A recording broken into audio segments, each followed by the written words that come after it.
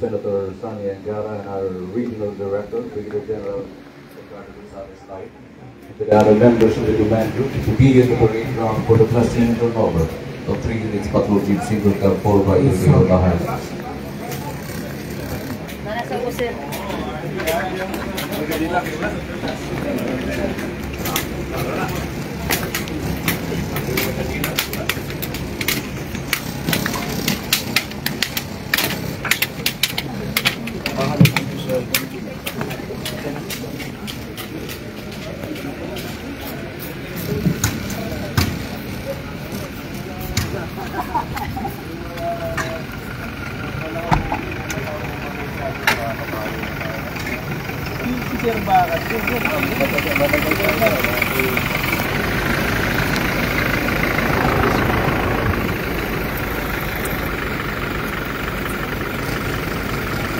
We thank you for the provision of these new mobility assets for Police Regional Office 10.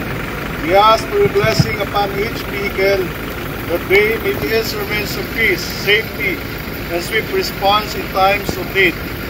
Guide and protect, Lord, the personnel who will use these assets on their daily duties.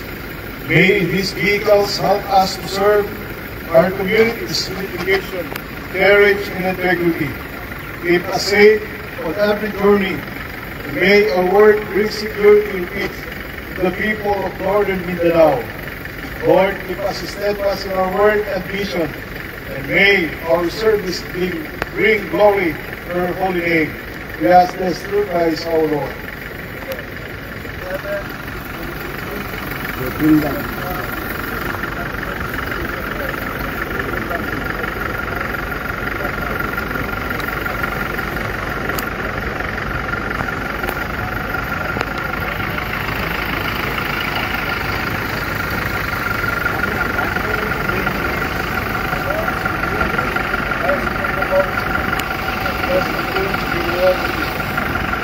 Holy Mary, Mother of God, pray for us sinners, now and our death. Amen. Our Father in heaven, hallowed be your name. Your kingdom come, your will be done.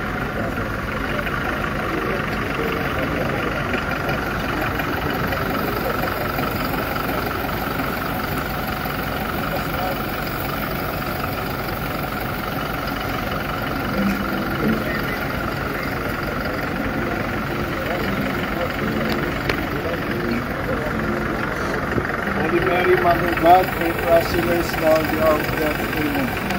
Glory be to the Father, and to the Son, and to the